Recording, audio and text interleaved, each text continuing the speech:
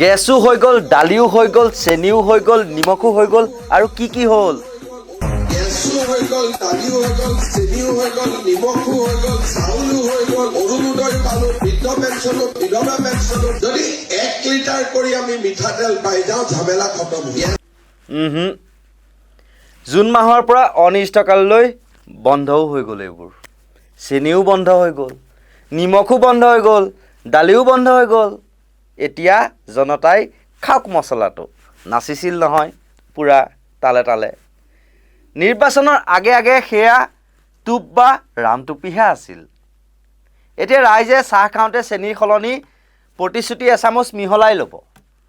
আঞ্জাত নিমখৰ সলনি বিকাশ অলপ ঢালি ল'ব। আৰু মচুৰ দাইল বুলি নেতাৰ ভাষণৰ অঙঠাৰ উত্তাপত ললিপপকে সিজাব। আইও, নিৰ্বাচনৰ পূৰ্বে কি যে প্ৰতিশ্ৰুতি দিয়া নাছিল। কি যে ফ্ৰী নিদিয়ে। মিঠাতেলো হেনো ফ্ৰী দিয়ে, চাহপাতো হেনো ফ্ৰী দিব, আনকি আমুল তাজাও বোলে ৰাইজক ফ্ৰী দিব। শুনক এইগৰাকী মহোদয়ৰ মুখেৰে। 100 টকা দিব মন আছে নে? ফ্ৰী লাগে? ফ্ৰী লাগে নেকি? ফ্ৰী লাগে? দালি, চেনি, নিমখ ফ্ৰী লাগে? বিজেপিক জিকাই দিয়ক, দালি, চেনি, নিমখ অহাবাৰৰ পৰা ফ্ৰী। আৰু কিবা লাগিব নেকি? তেল লাগিব। তে দালি, চেনি, নিমখ আৰু মিঠাতেল চব ফ্ৰী। আৰু লাগিব নেকি? আৰু কি লাগে? আমুল তাজা, চাহপাত, আমুল তাজা। এইবাৰ আমি দালি, চেনি, নিমখ আৰু মিঠাতেল ফ্ৰী। ইয়াৰ পিছত চাহপাত আৰু আমুল তাজাও দিব লাগিব। দিব লাগিব নে? বিজেপিক ভোট দিলে এইবিলাক পাব। কিন্তু এতিয়া মিঠাতেল ফ্ৰী দিয়া বাদেই, চাহপাত বাদেই দিছোঁ। ৰাইজে ফ্ৰীৰ ললিপপ গিলাৰ দৰে 117 টকাত লাভ কৰি থকা চেনি, দাইল আৰু নিমখকণো জুন মাহৰ পৰা অনিৰ্দিষ্টকাললৈ লাভ নকৰে। অজুহাত কি জানেনে? বাজেটত মে' মাহলৈকেহে ধন ধাৰ্য কৰা হৈছিল। পৰৱৰ্তী বাজেট যেতিয়া উত্থাপন হ'ব বা উত্থাপন নোহোৱালৈকে বা বাজেটত ধাৰ্য নকৰালৈকে চেনি, দাইল, চেনি লাভ নকৰে। নিৰ্বাচনৰ বতৰত বিজেপি চৰকাৰে দিয়া মিঠা প্ৰতিশ্ৰুতিৰ পাছত এতিয়া ৰাইজৰ মুখৰ সোৱাদ একেবাৰে তিতা হ'বলৈ গৈ আছে।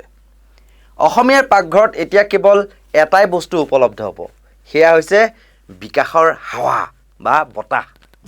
অৱশ্যে দিব নোৱাৰাত চৰকাৰখনক দোষ দিনো কি হ'ব? ঋণ লৈ ঘিউ কিমান খাব আৰু? ৰাজকোষো উদং। শপত গ্ৰহণ দিনাৰ পৰা দুবাৰকৈ এতিয়ালৈকে ঋণ ল'লে। এবাৰ 1000 কোটি, এবাৰ 750 কোটি। ঋণ 2 লাখ কোটি টকাৰ ওপৰত হ'ল। কেৱল চলিত বৰ্ষতে বিজেপি চৰকাৰে লোৱা মুঠ ঋণৰ পৰিমাণ বৰ্তমান 11,800 কোটি টকাত পৰিণত হৈছে বা উপনীত হৈছে। গতিকে ফ্ৰী বা ৰেহাই মূল্যত কিমান খুৱাব জনতাক? প্ৰতিশ্ৰুতি দিলে, ভোটটো ল'লে, চৰকাৰো বনালে, এতিয়া জনতাক কিয় ফ্ৰী দিবহে?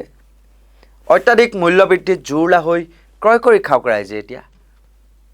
বিকাশৰ জখলাৰে অসম ইমান ওপৰলৈ উঠিল যে এতিয়া বজাৰৰ সামগ্ৰী স্পৰ্শ কৰিবলৈ সাধাৰণ মানুহে জখলা বগাব লগা অৱস্থা হৈছে। ইমানেই দাম হৈছে। অত্যাধিক মূল্যবৃদ্ধিয়ে ইতিমধ্যে অসমীয়া মানুহৰ কঁকাল ভাঙি কুঙা কৰি পেলাইছে।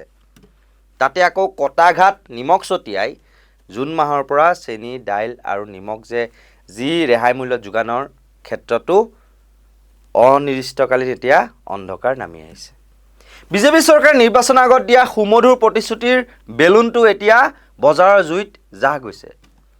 আনফালে ৰন্ধন গেছৰ চিলিণ্ডাৰক লৈও ৰাইজৰ হাহাকাৰ। দীঘলীয়া শাৰী পাতিও 10-15 দিনৰ অন্ততহে লাভ কৰে চিলিণ্ডাৰ। বা কিছুমানে লাভ নকৰাৰ ফলত খৰিৰ আশ্ৰয় লৈছে। ৰ'ব, এইবোৰ অৰ্থনৈতিক জুৰুলাৰ মাজতে অন্য এটা খবৰ দিওঁ। গুৱাহাটীক হেনো পাৰ্পল চিটি বনাব। অৰ্থাৎ বাহিৰে ৰংচং আৰু ভিতৰি কোৱা ভাতৰি। বাহিৰৰ পৰা এনেকুৱা দেখুৱাব যে সকলোবোৰ একদম চিকচিকীয়া, একদম একোৱেই বেয়া অৱস্থা হোৱা নাই, যেন একেবাৰে বৰচুৰীয়াৰ ঘেৰটোহে। আনফালে আকৌ ভিতৰি ঢকুৱাৰ বেৰহে।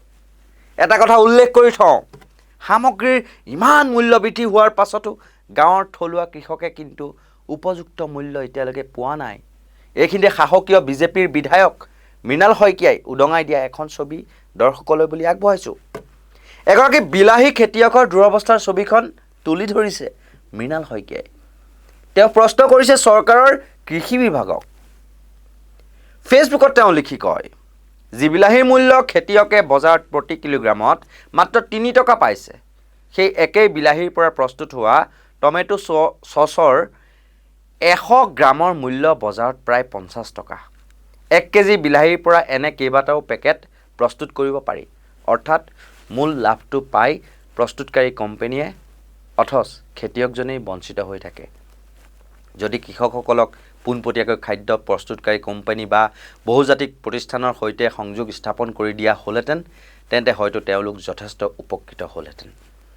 মধ্যভোগীৰ দৌৰাত্ম্য কমি যদি খেতিয়কে উচিত মূল্য পায়, তেতিয়া কৃষিও অধিক লাভজনক হৈ উঠে। বিধায়ক মৃণাল শইকীয়াৰ চৰকাৰৰ কৃষি বিভাগলৈ পোনপটীয়া প্ৰশ্ন, কৃষি বিভাগে এনে সুদূৰ প্ৰসাৰী পৰিকল্পনা কিয় গ্ৰহণ নকৰে? খেতিয়কৰ উৎপাদনক কেৱল বজাৰত সীমাবদ্ধ নাৰাখি সংৰক্ষণ, প্ৰস্তুতকৰণ আৰু বিপণন ব্যৱস্থাৰ সৈতে জড়িত কৰাৰ সময় আহি পৰিছে। নহ'লে মাটিৰ বুকুত সপোন ৰোপণ কৰা কৃষকসকলে সদায় লোকচানৰ বোজা কঢ়িয়াই থাকিব লাগিব। তেন্তে চাওক, এইখন হিমন্ত বিশ্ব শৰ্মা নেতৃত্বাধীন বিজেপি চৰকাৰে গুৰুত্ব আৰোপ কৰিব লাগিছিল ক'ত বা কোনবোৰ বিষয়ত, আৰু গুৰুত্ব দি আছে তেওঁলোকে কিহত? UCCত। গাৰ্লফ্ৰেণ্ড, বয়ফ্ৰেণ্ড, লিভিনত থাকিব পাৰেনে নাই, আৰু কিবা কিবি কৰিব পাৰেনে নাই। আৰু এতিয়া শেহতীয়াকৈ ৰাজভঁৰাল উদং, সেয়েহে ৰেহাই মূল্যত লাভ কৰি থকা চেনি, দাইল, নিমখকণো জনতাই নাপায়। আনকি ফ্ৰী মিঠাতেল, ফ্ৰী চাহপাত পোৱাৰ আশাত একদম কঁকাল ঘূৰাই ঘূৰাই যিসকলে নাচিছিল, বিজেপিক ভোট দিছিলে মহিলাসকলে নাচি নাচি, সেইসকলক লৈ 1 মিনিট মৌন প্ৰাৰ্থনা। দুখ লাগিছে তেওঁলোকলৈ। এতিয়া মূল্যবৃদ্ধিয়ে কোঙা কৰা ৰাইজৰ দেহত আৰু কিমান প্ৰতিশ্ৰুতিৰ চাবুক পৰিব, সেয়া সময়ত হ'ব লক্ষণীয়। এনেকুৱা ধৰণৰ সত্য, নিৰপেক্ষ, নিৰ্ভীক বিশ্লেষণৰ বাবে আপোনালোকে চাই থাকিব নৰ্থ ইষ্ট নাও। আৰু যদি আপোনালোকে ইউটিউবত চাই আছে, তেতিয়াহ'লে আমাৰ নৰ্থ ইষ্ট নাও ইউটিউব চেনেলটো ছাবস্ক্ৰাইব কৰি দিব। আৰু যদি ফেচবুকত চাই আছে, তেতিয়াহ'লে নৰ্থ ইষ্ট নাও ভিডিঅ' আৰু এনি নাও নিউজ, যি দুটা ফেচবুক পেজ, সেইটো আপোনালোকে ফ'ল' কৰি দিব। আৰু আমাৰ এই ভিডিঅ'টো চাই কেনে পালে সেয়া কমেণ্ট ছেকশ্যনত জনাবলৈ নাপাহৰিব। আৰু ইয়াৰ লগে লগে মই কল্পজ্যোতি শইকীয়াই বিদায় লৈছোঁ। ধন্যবাদ।